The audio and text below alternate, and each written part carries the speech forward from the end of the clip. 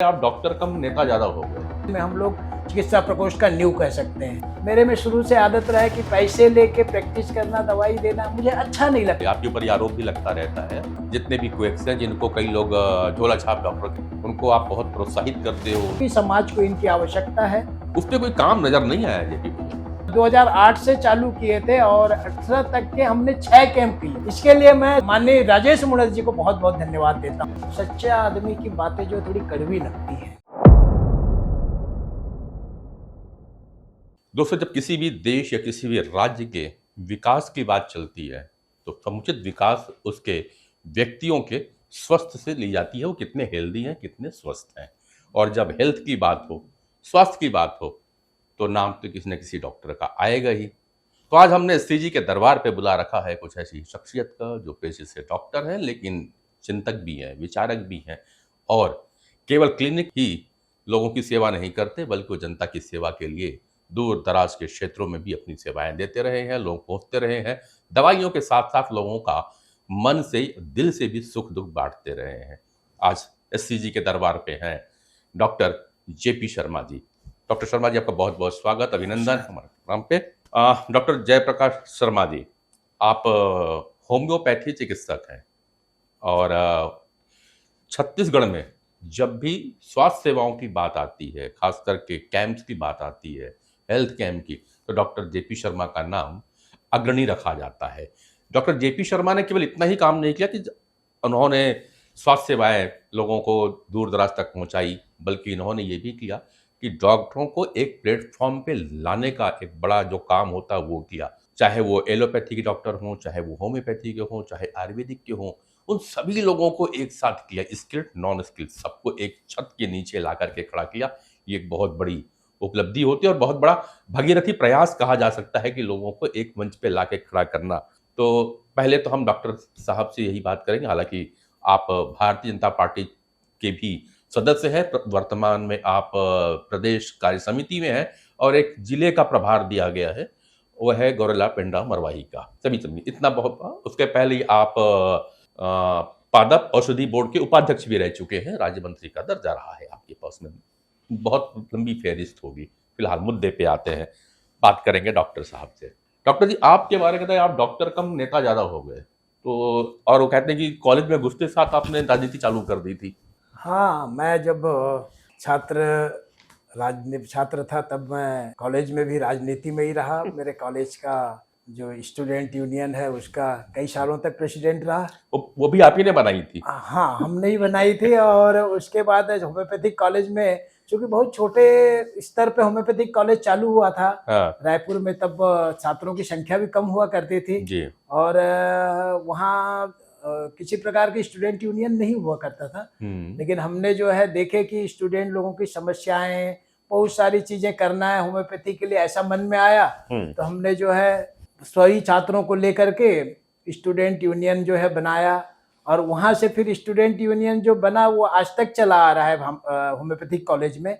और चूंकि शुरू से जो है नेतृत्व करने की एक शौक रहा है, तो इसलिए हमने जो है छात्र राजनीति में कदम रखा और आगे भी जो है पास होने के बाद में, पास आउट होने के बाद में, डॉक्टर बनने के बाद में प्रैक्टिस करने की कोशिश तो किया। काफी दिनों तक प्रैक्टिस किए, अच्छा भी चला, लेकिन मन नहीं लगा कुछ नया करने की। और वो नेतृत्व क्षमता जो है जो अपने में थी वो शायद अंदर से उबाल मार रहा था। तो इसलिए ऐसा लगा कि नहीं, अब जो है यदि चिकित्सक बन गए हैं तो चिकित्सकों की राजनीति में आया जाए। और क्योंकि शुरू से संघ परिवार से होने के कारण भारतीय जनता पार्टी में भी मैं रहा, साथ में युवा मोर्चा से मैंने भारतीय जनता पार्टी का कार्य प्रारंभ किया था।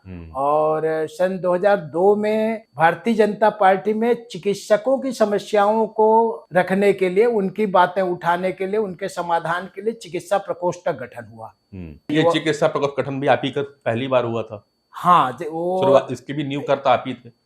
हाँ, छत्तीसगढ़ में कह सकते हैं कि हम जो है काफी डॉक्टर जो है, हम हैं doctor Akhilesh Dubey, doctor Khandelwal, doctor Ravi Rathi, ऐसे हमारे चिकित्सक साथी थे। उन सब के साथ में जो है हमने, और हमारे जो राष्ट्रीय नेतृत्व है उसने छत्तीसगढ़ में चिकित्सा प्रकोष्ठ के गठन की बात हुई तो हमारे अभी स्वर्गीय जो है केशव ठाकुर जी, वो हमारे पहले प्रदेश अध्यक्ष थे छत्तीसगढ़ के। उन्होंने रायपुर में जिले का गठन किया। उस जिले में हम लोग चिकित्सा प्रकोष्ठ का नींव कह सकते हैं। चिकित्सा प्रकोष्ठ के फाउंडर थे आप लोग, सब लोग वहाँ पे थे। पर एक है, जैसे भी आपने कहा कि संघ परिवार से आप आते हो जी, आप आते वर्तमान में जिला महासमुंद है और बार के आगे आपका गांव आता है। जी जी। तो ये हर पिताजी की इच्छा होती है, लड़का डॉक्टर बन रहा है तो बड़ा नाम कमाएगा, तो नेतागिरी करना था। तो पिताजी को बुरा नहीं लगा कि आप नेतागिरी कर डॉक्टर बनाने भेजे थे, डॉक्टर बनने भेजे थे, आप नेता बन के निकल गए? मैंने जैसे कहा कि मैं पास आउट होने के बाद 94 में पास आउट हुआ, प्रैक्टिस भी चालू किया, काफ़ी अच्छी प्रैक्टिस थी क्योंकि पिताजी डॉक्टर होने के कारण चिकित्सा संबंधी ज्ञान तो बचपन से ही था जी। और पिताजी से भी बहुत, वो मेरे गुरु हैं और गुरु रहे हैं और उन्होंने काफ़ी चीज़ सिखाया भी और उन्हीं की प्रेरणा से चिकित्सक बना, प्रैक्टिस भी किया और होम्योपैथिक कॉलेज में मैं लेक्चरर भी रहा। 97 से लेके 2004 तक जो है वहाँ पे पढ़ाने का भी काम किया।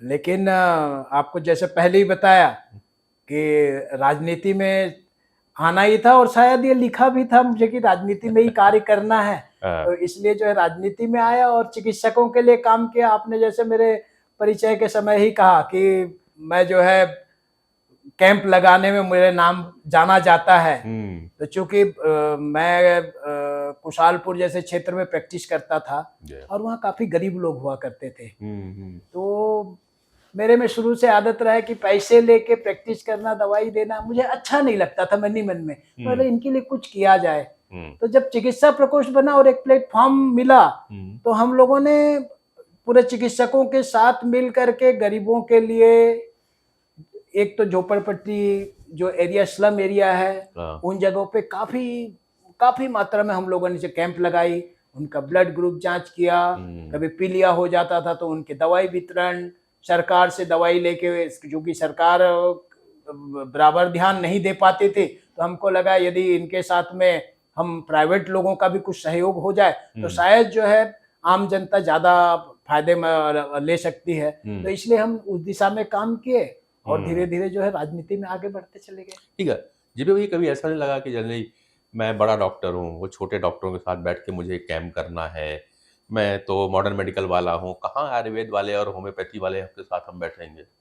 नहीं, ऐसा कभी मुझे नहीं लगा, क्योंकि मुझे ऐसा लगता है कि जितने भी डॉक्टर मिले, चाहे वो MBBS, MD, MS भी मिले, और रायपुर में भी जितने बड़े हॉस्पिटल से लेके जितने बड़े डॉक्टर्स हैं जी, सबसे मेरी दोस्ताना है। बिल्कुल। तो इसलिए जो है कभी मुझे ऐसा नहीं लगा कि वो मुझे छोटे डॉक्टर के हिसाब से देखते हैं, मैं उनको रेस्पेक्ट देता हूँ और ये तो मैं जानता हूँ निश्चित रूप से वो बड़े डॉक्टर हैं, और लेकिन डॉक्टर तो डॉक्टर होता है, पैथी अलग होता है। बिल्कुल ठीक, तो सभी पैथियों में होते हैं, मेन ये रहता है कि मरीज कैसे ठीक हो, और इसमें जो है मैंने इसीलिए हर तरह के डॉक्टरों को, इवन जो है MBBS MD डॉक्टर भी, आयुर्वेदिक डॉक्टर भी, होम्योपैथिक डॉक्टर भी, यहाँ तक कि ग्रामीण चिकित्सक जिसे हम क्वेक बोलते हैं, उन्हें भी मैंने साथ लेकर के किया।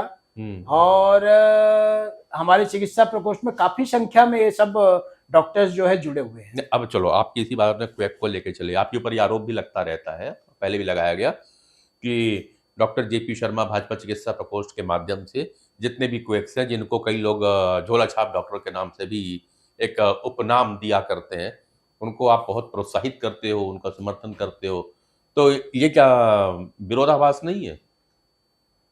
देखिए नरेंद्र जी, मैं ग्रामीण क्षेत्र परिवेश से आया हुआ हूँ, और ग्रामीण क्षेत्रों में आज भी आप यदि वहां जाते हैं और देखेंगे तो सरकार जो है चिकित्सा सुविधा उतना मुहैया नहीं करा पाती है जितनी उनको आवश्यकता है। यदि सरकार के दृष्टिकोण से देखा जाए तो मुझे ऐसा लगता है कि एक एक पंचायत में कम से कम एक MBBS डॉक्टर और एक जो है गायनिकोलॉजिस्ट, स्त्री रोग विशेषज्ञ और शिशु रोग विशेषज्ञ होना चाहिए, मुझे ऐसा लगता है जी। लेकिन डॉक्टरों की संख्या कम है, इसलिए आज जो है ग्रामीण क्षेत्रों में जो निर्भरता है, आप जिसे झोला छाप या क्वेक बोल रहे हैं, उन्हीं पर है। लेकिन वो भी अपने दायरे में ही प्रैक्टिस करते हैं, क्योंकि जीवन रक्षक दवाइयां देते हैं। और मैंने जैसे कहा कि मैं ग्रामीण परिवेश से आया हूं, तो रात को यदि 2 बजे 3 बजे यदि किसी मरीज को कोई तकलीफ होती है, तो ये चिकित्सक दवाई ले करके अपने झोले में, चूंकि झोला छाप इसलिए बोला गया था इन लोगों को कि ये अपने झोले में दवाइयों को ले करके उनके घर तक जाते हैं, उनके घर में जा करके उनको दवाई देते हैं और तुरंत जो है उनके दुख को दूर करते हैं। और उस गांव के गरीब के पास पैसा हो चाहे ना हो, वो इसकी चिंता नहीं करते। वो साल साल में भी हिसाब होते रहता है उनका। तो वो उनकी जो सेवा कार्य है उससे आप जो है मुंह नहीं मोड़ सकते। यही भावनाएं मैं, चूंकि मैं इनको देखा हूं कि ये कितने सेक्रीफाइस करते हैं। हाँ ठीक है, निश्चित रूप से कि इनके पास एक कोई लीगल डिग्री तो नहीं होती, लेकिन जिनको मैंने जोड़ा भी है और जिनके साथ में मैंने चिकित्सा प्रकोष्ठ में काम भी किया है, उन्हें सबसे पहले मैं कहता हूं कि भाई आप लोग यदि कम पड़े हैं तो अपने दायरों में जो जीवन रक्षक दवाइयां हैं, 15, 20, 25 जो दवाइयां हैं, जिससे कि किसी प्रकार की साइड इफेक्ट नहीं होता, किसी प्रकार के मनुष्य के नुकसान नहीं होता, मरीज का नुकसान नहीं होता, वो काम करना। अपने दायरे से आगे बढ़ करके पैसे के लिए काम मत करना, सेवा की भावना से काम करना, तभी हमारे साथ जुड़िए। और मेरी बातों को वो बिल्कुल अप्रिशिएट करते हैं और उस पर चलते भी हैं। इसलिए मैंने काफी संख्या में जो है चिकित्सा प्रकोष्ठ के इन जो ग्रामीण चिकित्सक है उनको भी जोड़ के। लेकिन कभी कभी तो आप ही के कुछ विधायक, कुछ मंत्री आते हैं और बिल्कुल कहते हैं कार्रवाई होना चाहिए उनके ऊपर में। देखिए, जो जनप्रतिनिधि होता है, निश्चित रूप से उनको लगता है कि भाई जो चिकित्सा का प्रैक्टिस है तो एक डिग्री प्राप्त, डिग्री होल्डर चिकित्सक ही करे। और कहीं कोई एक आध कोई कांड हो जाता है, मरीज को नुकसान हो जाता है, वो जाके शिकायत करता है, तो उनका कर्तव्य बनता है, इसलिए जो है वो शिकायत कर देते हैं। लेकिन फिर भी जो है हम उनसे बात करते हैं और वो भी जानते हैं इन बातों को कि भाई आगे चल के जो है जब डॉक्टर हो जाएंगे तो ये माल प्रैक्टिस जो है अपने आप बंद हो जाएगा। लेकिन अभी चूंकि समाज को इनकी आवश्यकता है तो इन्हें जो है अभी करने देना चाहिए। चलिए आगे मैं और बात करूंगा, लेकिन थोड़ा सा विषय का दूसरे विषय पे चलता हूं। आप होम्योपैथी कॉलेज से पढ़ाई किए, डॉक्टर रहे होम्योपैथी में, वहाँ पे आप लेक्चरर भी रहे, वहाँ पे आपने टीचिंग कराया, लंबे समय से राजनीति कर रहे हैं और एक लंबे समय तक छत्तीसगढ़ में आपकी सरकार भी रही। तो ये होम्योपैथी को उत्थान क्यों नहीं कर पा रहे हैं? आपके पास एक भी सरकारी कॉलेज नहीं है, एक दूसरा जितने प्राइवेट कॉलेज थे वो सब बंद हो गए, केवल एकमात्र प्राइवेट कॉलेज संचालित है, वो भी दयनीय अवस्था में पड़ा हुआ है। निश्चित रूप से ये बड़े दुख का विषय है। और होम्योपैथिक चूंकि एक सस्ती पैथी है और इसके साथ साथ जो है इस पैथी से जो रोगों को ठीक करने की क्षमता है वो जड़ से ठीक करने की क्षमता है। सरकार से हम कई बार आग्रह किए, लेकिन कुछ ऐसी बात बनी नहीं। और इसका मुझे अफसोस भी है कि मैं होम्योपैथी के लिए कुछ नहीं कर पाया। लेकिन अभी जो है हमने माननीय स्वास्थ्य मंत्री जी से बात किया है और होम्योपैथी का एक शासकीय कॉलेज के साथ में एक 100 बिस्तर अस्पताल भी खोलने के लिए उन्होंने सहमति प्रकट की है। और इस काम को जो है हम जल्दी ही आगे बढ़ाएंगे। चलिए उम्मीद करते हैं और ये बातें स्वास्थ्य मंत्री जी जल्दी कर दें, क्योंकि होम्योपैथी एक वाकई बड़ी सस्ती दवाइयों में आती है, बहुत कारगर दवाइयाँ होती हैं और कई तो बीमारी ऐसी हैं जिसमें उसका कोई तोड़ नहीं है। तो खैर आगे चलते हैं। आप को पिछली बार एक बहुत महत्वपूर्ण जवाबदारी दी गई थी जो कि आपके क्षेत्र से लगा हुआ था, वो था पादप औषधि बोर्ड में आपको उपाध्यक्ष पद पर बिठाया गया था। उस पर कोई काम नजर नहीं आया जेपी भैया? देखिए, मैं 2016 से लेके 2018 तक करीबन 2 साल और 8 महीने मैं उपाध्यक्ष के पद पर था। और इस बीच में हमने जो काम चालू किया, सबसे पहले जो है, चूंकि वनौषधि बोर्ड का कार्य है कि जो पारंपरिक वैद्य होते हैं जो जड़ी बूटियों से इलाज करते हैं, इनके सबसे पहले जो है मैंने सभी संभाग में सम्मेलन करवाया। और एक एक सम्मेलन में कम से कम 350, 400 ये जो पारंपरिक चिकित्सा करने वाले वैद्य जो हैं वो जो ग्रामीण क्षेत्र में अपनी सेवाएं देते हैं वो सम्मिलित हुए।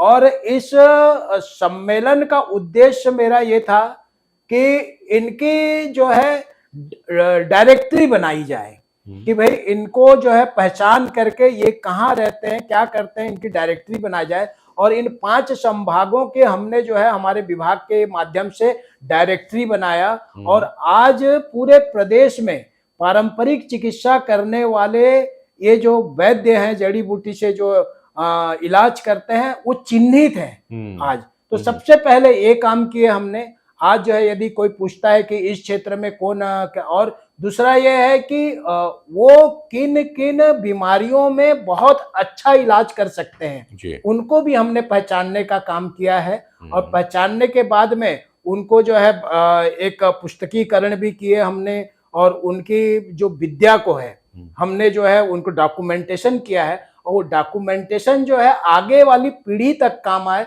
इस दिशा में काम किए। दूसरा यह है कि हमने छत्तीसगढ़ के लिए बड़ी बड़ी कंपनियों को छत्तीसगढ़ लाने का प्रयास किया। इसमें हमने एक बहुत बड़ा कार्यक्रम किया था जिसमें मैन्युफैक्चरर और व्यापारी, पारंपरिक चिकित्सक और फार्मेसिस्ट, ये चार लोगों को बुला करके हमने जो है लगभग जो है 1500 लोगों का 2 दिन का बहुत बड़ा सम्मेलन करवाए। इसमें राष्ट्रीय और अंतर्राष्ट्रीय स्तर पर जो है 34 कंपनियां जो है इस हमारे कार्यक्रम में भाग लिए। उसमें से 13 कंपनियां, जिसमें कि एक दुबई की भी कंपनी थी, उन लोगों ने वनौषधि बोर्ड के साथ, स्टेट मेडिसिनल प्लांट बोर्ड के साथ MOU किया और उन जो कंपनी के जो रिप्रेजेंटेटिव थे उन्होंने सहमति जताई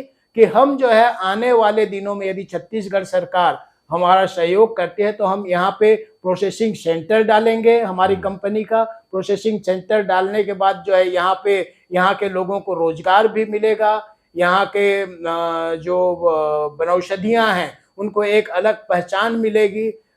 इस तरह से MOU हुआ था, लेकिन खेद भरी बात है कि 2018 में हमारी सरकार चले गई, इसलिए आगे कुछ काम नहीं हुआ। यदि आगे कभी मौका मिलता है तो इस काम को जरूर आगे बढ़ाया जाएगा। ठीक है। हमारे यहाँ छत्तीसगढ़ की पारंपरिक जो औषधियाँ हैं और जो वैद्य हैं वो बहुत अच्छा इलाज कर रहे हैं, खास करके वनांचल क्षेत्रों में। कई बार आता है टूटी हुई हड्डियों को भी वो अपने पारंपरिक चीज़ों से, पत्तों से मिला के जोड़ दिया करते हैं। ऐसे सर्प का विष भी निकालते हैं, मैंने भी कई जगह पे देखा है और बड़े कारगर होते हैं ये। इसको मुख्य धारा पे एक लाने की बात है, कई समय तक चलती है लेकिन आ नहीं पा रही है। उम्मीद करते हैं कि आपके प्रयास से आने वाले समय में ये पारंपरिक जो विद्या है, छत्तीसगढ़ की जो धरोहर है, उसे लाया जाएगा। बहुत सारे यहाँ पे हब्स हैं जिन पे वाकई रिसर्च की आवश्यकता है, खास करके हमारे बस्तर क्षेत्र में।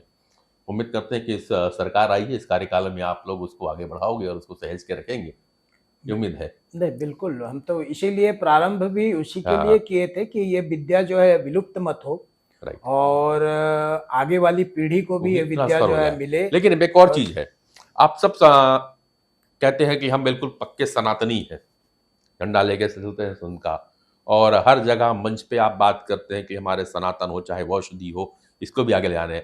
भाई साहब, आपने नाम भी यहाँ पर आयुष विश्वविद्यालय रखा है, मेडिकल कॉलेज उसका, यूनिवर्सिटी का, मगर आयुष की जो मुख्य विधा है आयुर्वेद, वो हमेशा पीछे रहता है, निगलेक्टेड रहता है। एक्चुअली विश्वविद्यालय का नाम आयुष एवं स्वास्थ्य विज्ञान विश्वविद्यालय है। हाँ, और उसमें जो है आयुष तो जुड़ा ही है प्रथम तौर पे। आयुष है ना, मैं उसी की बात कर रहा हूँ। हाँ, और वो जब चिकित्सा पद्धति की बात होती है तो आयुष सबसे पीछे चला जाता है। बिल्कुल, इसमें जो है चूंकि सरकार जो है आयुर्वेदिक, चूंकि ये भारतीय चिकित्सा पद्धति माना जाता है आयुर्वेदिक को, उसको काफी प्रेफरेंस देती है। लेकिन अभी जो है हमारी सरकार पिछली बार जब थी उसमें योगा भी शामिल हुआ और होम्योपैथिक तो है ही है, यूनानी तो है ही है। लेकिन यह है कि मुझे ऐसा लगता है कि और जो है विस्तार रूप से जो है इन सब चीजों को देखने की आवश्यकता है। इसके लिए हम आने वाले दिनों में सरकार से बात करेंगे। चलो, आप राजनीति कर रहे हैं भारतीय जनता पार्टी की, लेकिन एक कहा जाता है कि जयप्रकाश शर्मा जी का, JP शर्मा जी का भाजपा चिकित्सा प्रकोष्ठ से जो मोह है ना, वो उसको हटने नहीं दे रहा है। तो चिकित्सा प्रकोष्ठ से ऐसा मोह क्या पाल रखे हुआ, क्या आप बाकी कार्यभार नहीं लेते? नहीं, मेरा मोह नहीं है। मैं तो अभी अभी प्रदेश कार्य समिति सदस्य हूँ भारतीय जनता पार्टी के। मुझे मेन भारतीय जनता पार्टी में ले लिया गया, ऊपर से एक जिले का भारतीय जनता पार्टी का प्रभारी भी बना दिया। लेकिन चूंकि 2002 के बाद से 2018 तक चिकित्सा प्रकोष्ठ में काम करते रहा और सभी चिकित्सक मुझसे जुड़े हुए हैं और उनका प्रेम है कि वो जो है बोले चिकित्सा प्रकोष्ठ मतलब वो समझते हैं कि जेपी शर्मा जी इसमें सक्रिय हैं। और हमने तो पता किया है ना, कई कार्यक्रम आता है, चाहे प्रदेश अध्यक्ष कोई भी हो, काम निकल गया, फिर लोग पूछते भैया ये काम करना है कि नहीं करना है, जेपी भैया के बात का इंतजार किया जाता है। नहीं, वो उनका प्रेम है और चूंकि मैंने बहुत काम किया है तो उनको ऐसा लगता है कि हम जेपी भैया से एक बार बात कर लेंगे तो जो फैक्ट है वो पता लगेगा। नहीं तो ऐसा मुझे ऐसा लगता है मेरे पास मैंने तो 2 बार प्रदेश अध्यक्ष रहने के बाद मैंने स्वयं कहा कि नहीं किसी और को बना जाए। उस कड़ी में अखिलेश दुबे जी को भी प्रदेश का संयोजक बनाया गया, राघवेंद्र जी को भी संयोजक बनाया गया। अभी वर्तमान में डॉक्टर विमल चोपड़ा जी हैं महासमुंद के, वो भी अच्छे से चला रहे हैं। तो ऐसा कुछ नहीं है, बस ये है कि चूंकि हम फाउंडर मेंबर होने के बाद के कारण सभी डॉक्टरों को हमने जोड़ा है और सबसे प्रत्यक्ष जो है मेरा संबंध है। अभी भी यदि चिकित्सा प्रकोष्ठ में नहीं भी हूँ तो भी मेरी जो है आए दिन सब लोगों से बातचीत होते रहती है, इसलिए उनका प्रेम, उनका चेहरा अलग खुल जाता है जब आपके जो आते हैं ना दूर दराज के गांव के लोग जेपी भैया को देखते हैं तो बिल्कुल वो डॉक्टरों के चेहरे अलग सी दमकने लगते हैं। उतना सम्मान करते हैं, ये मेरे लिए बहुत अच्छी बात है, मैं उनका आभारी हूँ। चलिए मैं एक और अब आते हैं राजनीति, आपको नया दायित्व दिया जैसा आपने कहा और नया जिला बना गौरेला पेंड्रा मरवाही और आपको दायित्व दिया गया। अच्छा खैर बात है कि मरवाही और कोटा जी ये 2 विधानसभा छत्तीसगढ़ के ऐसे रहे जहाँ भाजपा के लिए अभेद सरहा कहा जाता है, जिसको कभी जीत नहीं पाती थी भाजपा, मतलब सही ढंग से। 2 बार ऐसी नौबत आई थी, तो एक बार कांग्रेस के ही प्रत्याशी ने पार्टी बदल दी थी तो वो जीत पाए थे और एक बार पार्टी ने एक व्यक्ति पर टिकट दिया, वो जीत गए, लेकिन उन्होंने फिर से पार्टी बदल करके दूसरी पार्टी में चले गए। तो कुल मिलाकर के भाजपा वहां पे एक अभेद रहा। गौरेला पेंड्रा मरवाही का आपको प्रभारी, जिला प्रभारी बनाकर भेजा गया। आप मरवाही जीत जाते हैं और कोटा हार जाते हैं। जबकि एक और विश्लेषण दे देता हूं, पिछले 2 जो चुनाव हुए थे जिसको मैंने एनालिसिस किया, उसमें जो भारतीय जनता पार्टी का जो कैंडिडेट था जो पीछे हुआ वो करीबन 5 से 8,000 वोट से पीछे होता था और मरवाही का जो डिस्टेंस होता था वो 65,000 के ऊपर का होता था। आप पूरी 65,000 की खाई को पार देते हो और 5,000 की खाई नहीं पड़ती। नहीं देखिए, मैं 2020 में मुझे गौरेला पेंड्रा मरवाही का भारतीय जनता पार्टी का जिला प्रभारी बनाया गया और निश्चित रूप से जब मैं पहली बार वहां गया और वहां जब काम करना चालू किया तो मुझे ऐसा लगा कि कार्यकर्ताओं में थोड़ा सा समन्वय की कमी है, बाकी उत्साह तो बराबर है और मैंने उस दिशा में काम किया, कार्यकर्ताओं में समन्वय बनाया, सबको इकट्ठा किया और वहाँ की वास्तविक स्थिति को समझा कि हम क्यों हारते हैं यहाँ पर, उन चीज़ों को समझा। और आपने जैसा कि 2 विधानसभा बताए कि मरवाही और कोटा, तो आपको बता देता हूँ कि मरवाही पूरा विधानसभा जो है उस जिले में है और कोटा विधानसभा का 65 बूथ जो है जो गौरेला पेंड्रा क्षेत्र में आता है वो कोटा विधानसभा का उस जिले में आता है 65 बूथ। तो हमने सबसे पहले कंसंट्रेट किया मरवाही को कंसंट्रेट करने का एक कारण था कि हम जो है किसी भी हालत में उस विधानसभा को जीतना चाहते थे, इसलिए काफी प्रयत्न रहा और शुरू से फोकस करके भी चले और हमने इस विधानसभा में वहाँ अच्छा रिजल्ट लाया, 12,500 वोटों से जो है हम वहाँ विजयी हुए। और आपको एक चीज बता देना चाहता हूँ कि कोटा विधानसभा में हम हमेशा जो है गौरेला और पेंड्रा के जो 65 बूथ है वहां से हारा करते थे, लेकिन इस बार जो है जो 6 से 7,000 का जो गड्ढा होता था उसको कवर करके मेकअप करके हम जो है 4,500 वोटों से वहां भी विधानसभा में लीड किए। तो ऐसा आप नहीं कह सकते कि कोटा हम हारे हैं। निश्चित रूप से कोटा का एरिया इधर बिलासपुर जिले में भी बहुत पड़ता है, रतनपुर और एक जो कोटा है बेलगहना है वो क्षेत्र है, वहां से हम जरूर पिछड़ गए। लेकिन मैं जिला प्रभारी के रूप में पूरे जिले में हमने विधानसभा में अच्छा लीड किया, और वहाँ के जो कार्यकर्ता है उन्होंने मन लगा के इस बार मेहनत किया था, इसलिए ऐसा परिणाम आया। कार्यकर्ता ने वहां पे मन लगा काम किया, कार्यकर्ता वहां के उत्साही हो, जीतने के बाद अति उत्साही हो गए थे क्या, जो टेलीफोन पे ही एक तहसीलदार को गाली बकना चालू कर दी, वीडियो को वायरल हुआ तो आप भी देखे होंगे। नहीं, मैंने ऐसा सुना जरूर है, और वो जो लिंक जो है मुझे मिला था, लेकिन मुझे ऐसा लगता नहीं है कि चूंकि वहाँ के जो पत्रकार हैं और बाकी लोगों ने भी जो जिला अध्यक्ष से बात की तो बोले वो मेरी आवाज नहीं है, उनका कहना था। तो और मैंने भी बातचीत की तो उनका कहना है मेरी आवाज नहीं है, मुझे बदनाम करने की कोशिश की जा रही है। अच्छा, चलो आप डिनाई करते हैं बात को, चलिए कर हम उस पर नहीं। अब आते जाते हैं आपके एक और स्वास्थ्य के क्षेत्र में पूर्व मुख्यमंत्री, वर्तमान में विधानसभा के अध्यक्ष हैं डॉक्टर रमन सिंह। उनकी एक योजना आ गई थी, यहाँ पे चालू किया था, वो थी मुख्यमंत्री स्वास्थ्य बीमा योजना के तहत बहुत से लोगों को सेवाएं देने की थी कि लोगों को 50,000 रुपए तक का उस समय तक ये था कि प्रावधान था कि स्वास्थ्य सेवा मिलेगी। उसको दूसरी सरकार आई, उसने थोड़ा सा अमाउंट बढ़ा दिया और नाम दे दिया डॉक्टर खूबचंद बघेल स्वास्थ्य बीमा योजना। तो ठीक ही तो चल रही थी। अब क्या हो गया, आपकी सरकार आ गई तो आप फिर से नाम को बदल रहे हो। तो ये एक प्रकार से तो नाम फिर बदल रहे हैं आप लोग। नहीं, देखिए, नाम बदलने का काम तो उन्होंने किया, हमने चालू नहीं किया नाम बदलने का काम, उन्होंने चालू किया तो नाम बदलने का काम। और यदि खूबचंद बघेल जी के नाम से चल रहा है और उस योजना में और कुछ संशोधन करने के बाद में या पैकेज बढ़ाने के बाद में और रिफॉर्म करने के बाद में यदि शहीद वीर नारायण सिंह जी के नाम पे भी यदि रखा जाता है तो वो भी छत्तीसगढ़ के ही मूर्धन्य है, और मुझे ऐसा लगता है इसमें किसी को कोई आपत्ति नहीं होनी चाहिए। नहीं, इस पे आपत्ति नहीं होनी चाहिए, लेकिन आपत्ति तो की जा रही है, आपत्ति दर्ज कराई जा रही है। कांग्रेस इस पे बड़े खुल मिल के आने वाली है, बोलते ये तो महापुरुषों का अपमान किया जा रहा है भारतीय जनता पार्टी की तरफ से। वो बताएंगे शहीद वीर नारायण सिंह जी महापुरुष नहीं है क्या? नहीं, हम आपसे पूछ रहे हैं, ये तो बताना। इसीलिए मैं बोल रहा हूँ ना भाई, शहीद वीर नारायण सिंह जी भी महापुरुष हैं। हाँ। और यदि हम जो है यदि योजना में कुछ संशोधन करने के बाद में यदि किसी और नाम से किया जाता है, खूबचंद बघेल जी की हमारे सम्माननीय है, उन्होंने छत्तीसगढ़ के स्वप्नद्रष्टा हैं और उनके नाम से और भी कई योजनाएं चालू कर सकते हैं। तो ये नाम बदलने का, बिना काम के नाम बदलने का काम एक कांग्रेस करती है, हम लोग ये सब चीजें नहीं करते हैं। और आप देख रहे जाइए कि नवा रायपुर में नया रायपुर को नवा रायपुर किए, कोई दिक्कत नहीं है। सब सड़कों के नाम बदल देना, ये कर देना, काम ढेले का नहीं करना और सिर्फ नाम की राजनीति करना, यही सब किया। इसीलिए उन्होंने, जनता भी समझती है इन बातों का, और 5 साल में इसीलिए उनकी विदाई। तो आप भी तो, आपकी सरकार आ रही तो आपने बहुत सारी योजना, अब उनका गौठान चल रहा था, आपने गौठान बदल के नया नाम ला देना।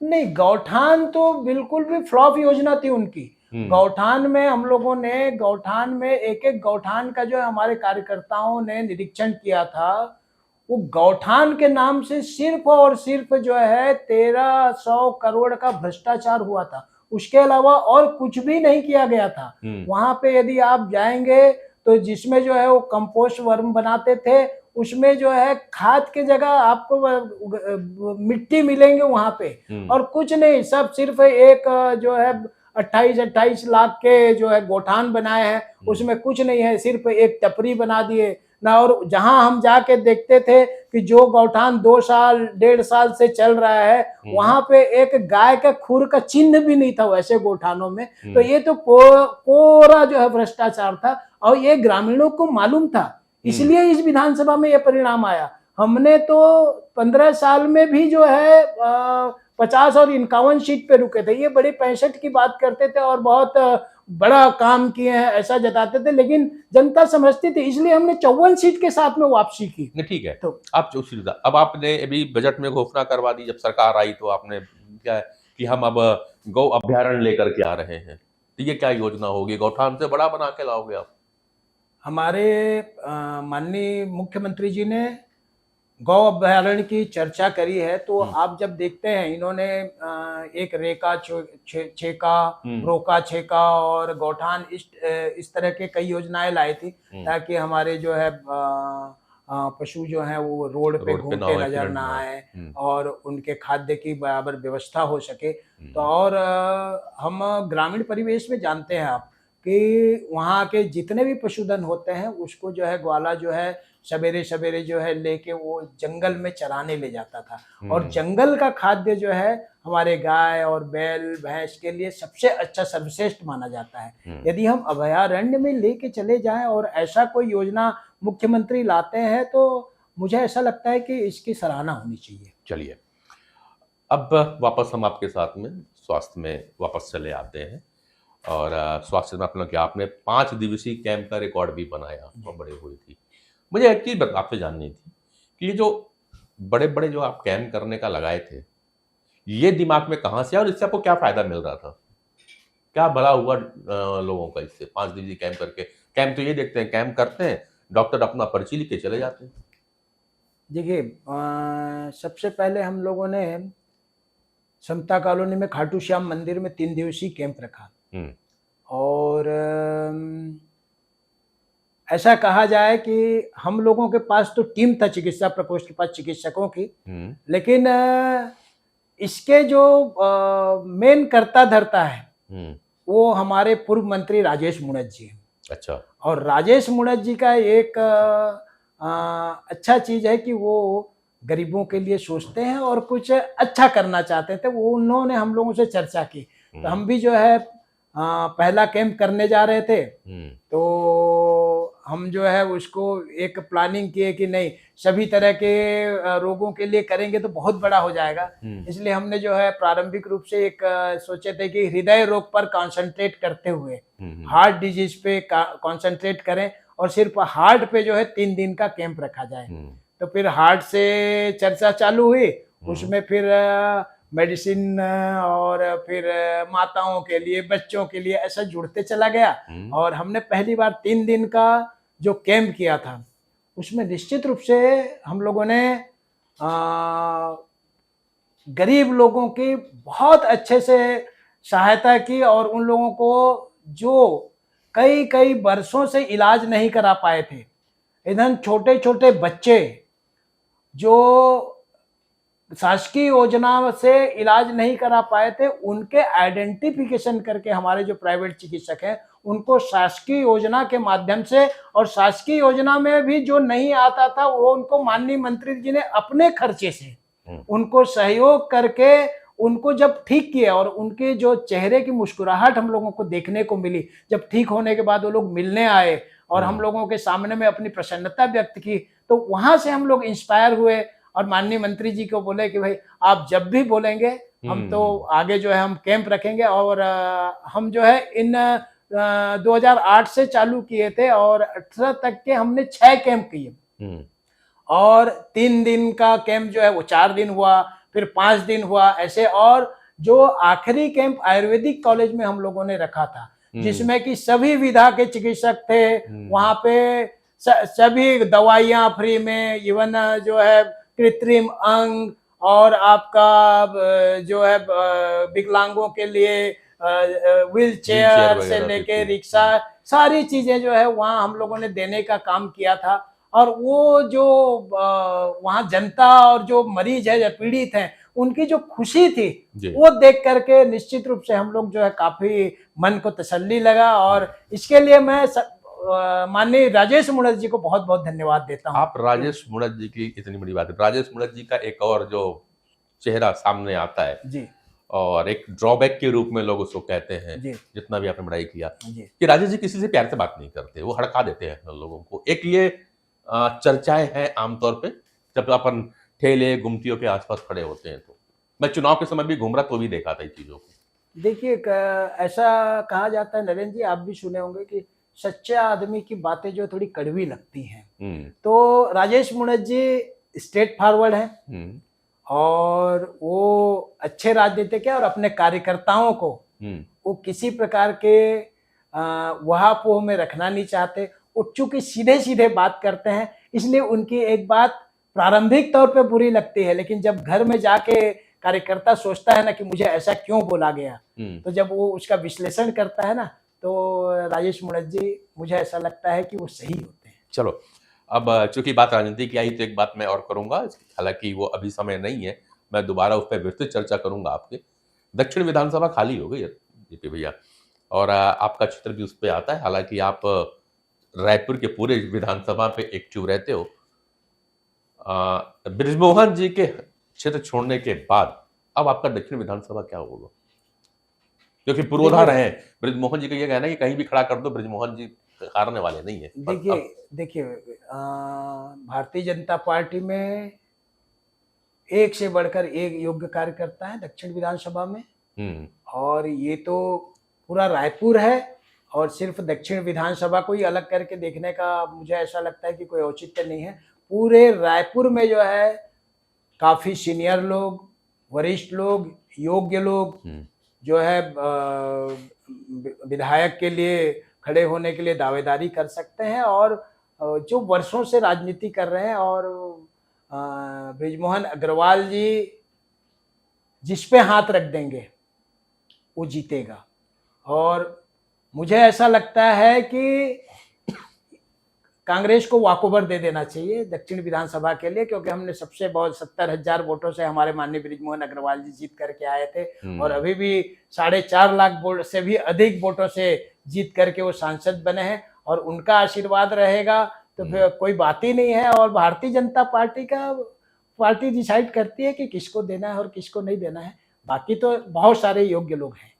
चलिए, ये तो कांग्रेस से पूछेंगे कि वॉकओवर देगी कि नहीं देगी। फिलहाल चलिए एक और लास्ट में, हमारे यहाँ के सबसे मरीजों की जो पूरी देश की जो प्रदेश की जो मरीज हैं उनकी एक नज़र रहती है, वो है मेडिकल कॉलेज रायपुर के ऊपर में, पंडित जवाहरलाल नेहरू मेडिकल कॉलेज। हम छत्तीसगढ़ को मेकाहारा बुलाया करते हैं, मगर मेकाहारा को लेकर के रोज पेपरबाजी आती ही रहती है कि वहां पे गरीबों को बराबर ध्यान नहीं दिया जाता है। इवन कई फोरम पे आपके जो चिकित्सक साथी हैं, जिन्हें आप गांव की रीढ़ की हड्डी कहते हैं, वो भी परेशान होते हैं। इसके लिए कुछ सोच है क्या जेपी भैया कि कभी ऐसा हो कि जो आए गांव पे दूर दराज के, या जो हमारे प्रैक्टिस कर रहे हैं गांव देहात में डॉक्टर, उनको कुछ फीडबैक सही मिल जाए? देखिए, मेडिकल कॉलेज का जो हॉस्पिटल है मेकाहारा, वो जब प्रारंभ हुआ था 700 बिस्तर से चालू हुआ था, और हमारी जब 2003 में भारतीय जनता पार्टी की सरकार आई तो हमने वहाँ काफ़ी संख्या में डॉक्टरों की भर्ती, पैरामेडिकल्स की भर्ती, नर्स की भर्ती, ये सब पे हमने ध्यान दिया, प्लस इक्विपमेंट और सारे स्पेशलिस्ट को जो है वहाँ पे पदस्थापना करने का प्रयास किया, और उसके चलते ओवरलोड होने लग गया उस हॉस्पिटल में। गांव-गांव से जो है मरीज आने लग गए, और आज जो है वो 1300 बिस्तर का हो चुका है। उसको एक्सटेंशन करके 1300 बिस्तर का हो चुका है, लेकिन फिर भी व्यवस्थाओं में कमी तो हमेशा रहती है। लेकिन फिर भी जो है हमारी सरकार अब आई है, पिछले 5 साल जो है उस पर, चूंकि मैं तो देखता था लेकिन इंटरफेयर तो कुछ कर नहीं सकता था, लेकिन अब जो है यदि कोई व्यवस्था सुधारने की बात होगी तो निश्चित रूप से हम शासन को बोलेंगे, मंत्री जी के पास में जाके आग्रह करेंगे, और मेकाहारा को बहुत अच्छा हॉस्पिटल बनाने की कोशिश करेंगे, ताकि ये छत्तीसगढ़ का सबसे बड़ा हॉस्पिटल शासकीय क्षेत्र का तो वो जो है एक अच्छा नाम हो उसका। और मैं वहाँ के चिकित्सकों से भी आग्रह करना चाहता हूँ कि सिर्फ जो है शासकीय काम के हिसाब से जो है मरीज का इलाज न करें, सेवा की भावना से भी वहाँ का इलाज करें, और यदि आप उस हॉस्पिटल को अच्छा करेंगे तो आपका ही नाम होगा और हम सबका नाम होगा, छत्तीसगढ़ का नाम। जी, सेवा की बात आ गई, गरीब की बात होती है, तो प्रधानमंत्री नरेंद्र मोदी जी ने एक बहुत अच्छी योजना चालू की थी, प्रधानमंत्री जन औषधि, जिसके तहत में गरीब लोगों को बहुत सस्ती दवाइयाँ, क्वालिटी की दवाइयाँ मिलनी थी जी। मगर वो धरातल पे जिस तरह आना चाहिए उसको, वो आ नहीं रही है। अब सरकार आपकी आई है, क्या उम्मीद करते हैं और क्या योजनाएं हो सकती हैं जो आप लोग हेल्थ मिनिस्टर साहब को बता सकते हैं, बीइंग अ डॉक्टर? हम 3 दिन पहले ही माननीय स्वास्थ्य मंत्री जी के साथ में हम अभनपुर, नौपारा, राजिम इन हॉस्पिटलों को देखने गए थे, चेक करने के लिए गए थे। तो माननीय स्वास्थ्य मंत्री जी ने साफ साफ निर्देश दिया है कि सभी हॉस्पिटलों में जन औषधि केंद्र जो है खोला जाए। हालांकि अभी है, किंतु वो तो उनका कहना है कि ऐसे जगह का चिन्हित करें जहाँ पे आम पब्लिक भी जो है जब भी जरूरत हो वो आके ले लें, हॉस्पिटल के अंदर भी आना ना पड़े, और सबको पता चले कि यहाँ पे सस्ते दामों पे औषधियाँ मिलती हैं, जो औषधि मार्केट में 10 रुपये की हैं, वो जन औषधि केंद्रों में 1 रुपये 1.5 रुपये में मिलता है। तो ये माननीय प्रधानमंत्री जी का एक बहुत ही अच्छी योजना है। इसको धरातल पे लाना चाहिए और इसके लिए जो है सभी चिकित्सकों को भी सहयोग करना चाहिए। हाँ, जो चिकित्सकों के मन में एक रहता है कि जेनरिक में वो क्वालिटी नहीं होती है जो ब्रांडेड में होती है, तो मुझे ऐसा लगता है कि चिकित्सक जो है वहाँ की दवाइयों को प्रायोगिक तौर पे वो मरीजों को दे करके उसका परीक्षण भी कर सकते हैं कि भाई यदि हम ब्रांडेड दवाइयाँ देते हैं तो कितना कारगर है और इन दवाई कितना कारगर है, उसके बाद भले लिखें, क्योंकि ये मरीज के, गरीब मरीज के फायदे की बात है। तो इसके लिए उनको आगे हो करके भी जो है इनको इस पे काम करना चाहिए। बिल्कुल। तो प्रधानमंत्री जन औषधि पे मैं एक और बात करूंगा, अलग से वीडियो बनाऊंगा और वहां पे उस शख्स को बुलाऊंगा अपने यहाँ पे जो कि प्रधानमंत्री जन औषधि के छत्तीसगढ़ ही नहीं, छत्तीसगढ़, उड़ीसा और वर्तमान में शायद तेलंगाना, इन सब के प्रभारी भी हैं। मैं उनसे चर्चा किया था, तो उसकी जानकारी के मैं आप लोग को बुलाऊंगा और ऐसे चिकित्सक हमारे बीच में आते रहेंगे। आज हमारे साथ थे doctor JP Sharma ji, Bharatiya Janata party चिकित्सा प्रकोष्ठ के एक फाउंडर रहे हैं, पर आज भी जितने भी चिकित्सक हैं वो JP शर्मा को ही अपना प्रभारी मान के चलते हैं, एक लीडर मान के चलते हैं। उनकी प्यार, उनकी मोहब्बत, उनका सम्मान इतना बना हुआ है JP शर्मा के ऊपर में। JP शर्मा को से हमने बहुत सारे प्रश्न भी किए। चिकित्सक जरूर बने, लेकिन भारतीय जनता पार्टी की विशिष्ट राजनीति में शामिल हो गए, उन्हें बहुत सारे दायित्व भी दिए गए और उसको उन्होंने बखूबी निर्वाह भी किया है। वर्तमान में आपको गौरेला पेंड्रा मरवाही जिले का प्रभारी बना के भेजा गया था भारतीय जनता पार्टी की।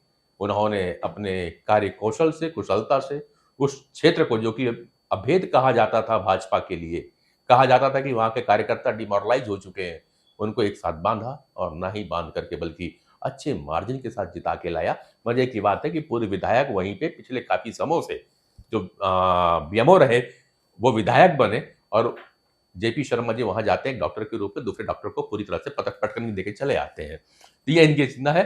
हम उम्मीद करते हैं कि आगे आपके अनुभवों का लाभ लेते हुए सरकार के जो भी अधिकारीगण हैं, प्रशासनिक लोग हैं और इवन स्वास्थ्य मंत्री साहब भी कुछ JP शर्मा से बात करेंगे ताकि रूरल हेल्थ पे कुछ बेहतर हो सके। एक अच्छा अनुभव है इनके पास में रूरल हेल्थ के बारे में और छत्तीसगढ़ का स्वास्थ्य नंबर 1 स्वास्थ्य क्षेत्र में आगे बढ़े, ऐसा हम मानते हैं कि आने वाले 5 वर्षों में जरूर छत्तीसगढ़ में बहुत सारा बदलाव देखने को मिलेगा, ना केवल इंफ्रास्ट्रक्चर में बल्कि मरीज के एक्चुअल स्वास्थ्य सेवाओं के ऊपर में। और आगे आने वाले समय में उम्मीद करते हैं डॉक्टर साहब की फिर से आपके हेल्थ कैंप अब चालू हो जाने चाहिए। बिल्कुल, अभी सरकार है तो बिल्कुल हम करेंगे और बात भी करेंगे, और सरकार ना भी रहे तो हमारा हेल्थ कैंप तो चलते ही रहता है। अब बड़े स्तर पे बड़े स्तर पे फिर से आएगा, तो आप भी इंतजार करिए। बरसात बीतने के बाद शायद आप लोग के पास में खबर पहुंचे। तो डॉक्टर साहब बहुत बहुत धन्यवाद, आप हमारे पास आए, शुक्रिया।